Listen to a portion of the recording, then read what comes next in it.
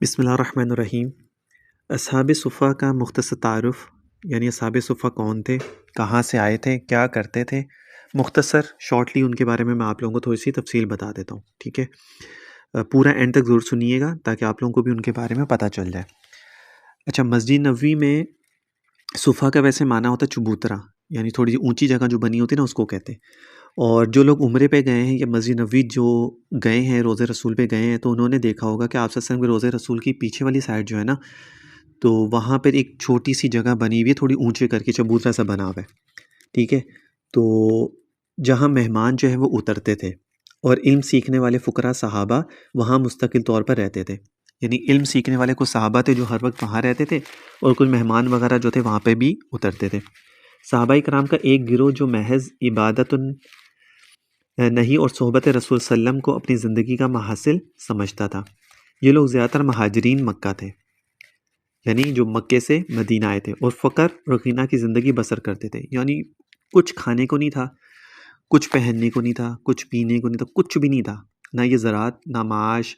نہ کوئی کام کرنا، نہ کچھ اور کرنا۔ صرف ان کا مقصد یہ تھا کہ آپ صلی اللہ علیہ وسلم کی خدمت میں بس بیٹھے رہنا، اللہ اللہ کرنا اور دین کو بس سیکھتے رہنا۔ یہ لوگ زیادہ تر مہاجرین مکہ تھے اور فقر اور غنا کی زندگی بسر کرتے تھے۔ مسجد نبوی کے ایک کنارے پر ایک چبوترا تھا جس پر کھجور کی پتیوں سے چھت بنا دی گئی تھی۔ اسی چبوترے کا نام صفہ ہے۔ جو صحابہ گھر بار نہیں رکھتے تھے وہ اسی چبوترے پر سوتے بیٹھتے تھے، اور یہی لوگ اصحاب صفہ کہلاتے ہیں۔ تو وہ جو وہاں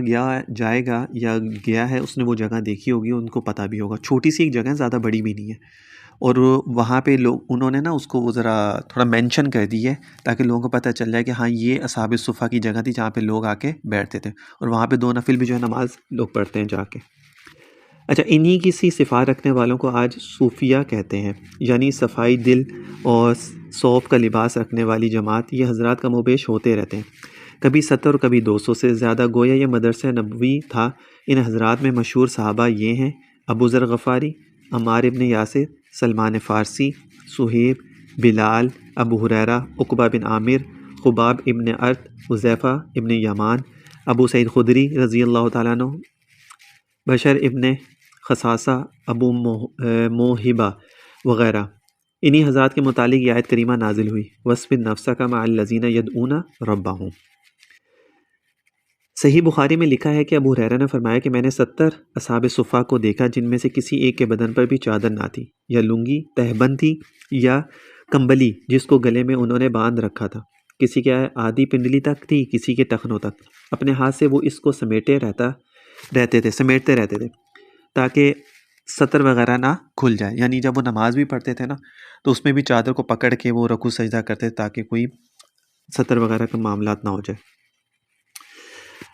قتادہ رضی اللہ عنہ کا بیان ہے کہ الذین یدعون ربہم سے اصحاب صفہ مراد ہیں، جن کی تعداد 700 تھی۔ یہ سب نادار لوگ تھے اور آپ صلی اللہ علیہ وسلم کی مسجد میں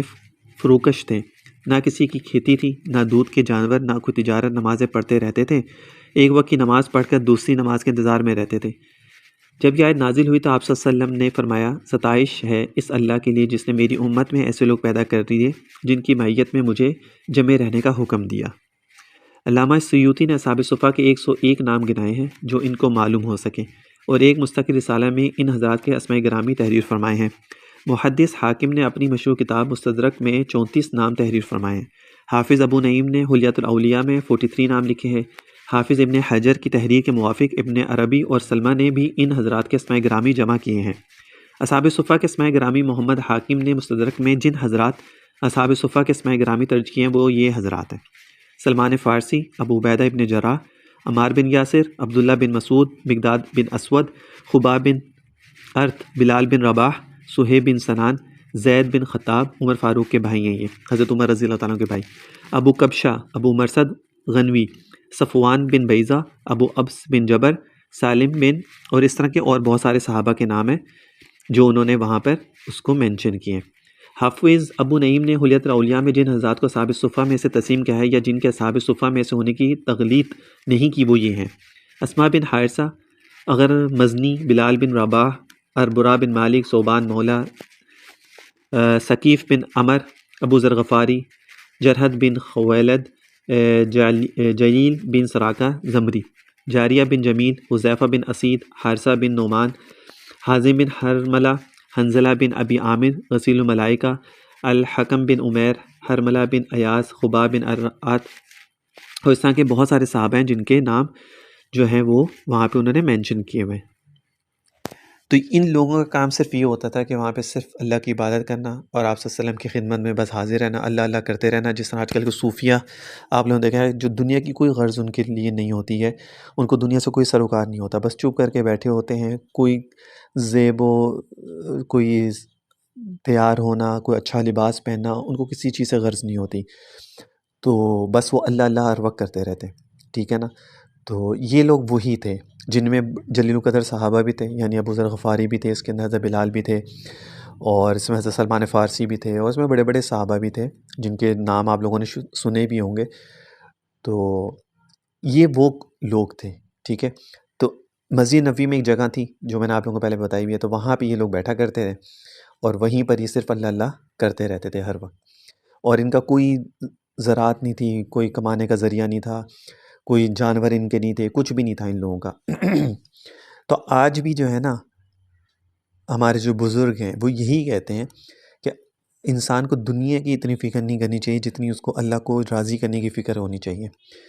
کیونکہ جب انسان اللہ کو راضی کرتا ہے تو دنیا اس کے بعد خود ہی آ جاتی ہے، اور جب انسان دنیا کو راضی کرنے کی کوشش کرتا ہے تو پھر اللہ دور ہو جائے، اور جب اللہ دور ہوتے ہیں تو پھر انسان کی بربادی اور تباہی کا جو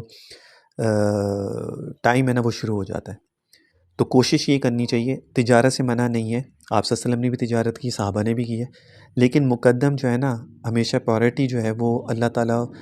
کی ذات کو رکھے، اور ہر وقت ذکر اذکار میں ان چیزوں میں انسان جو ہے اپنا وقت زیادہ مشغول رکھے، کیونکہ جب انسان ذکر اذکار میں رہتا ہے اور تجارت بھی کرتا رہتا ہے اس میں برکت بھی ہوتی ہے، اور انسان پھر بھٹکتا نہیں ہے دوسری غلط چیزوں کی طرف۔ لیکن جب انسان ذکر اذکار کو چھوڑ دیتا ہے اور صرف تجارت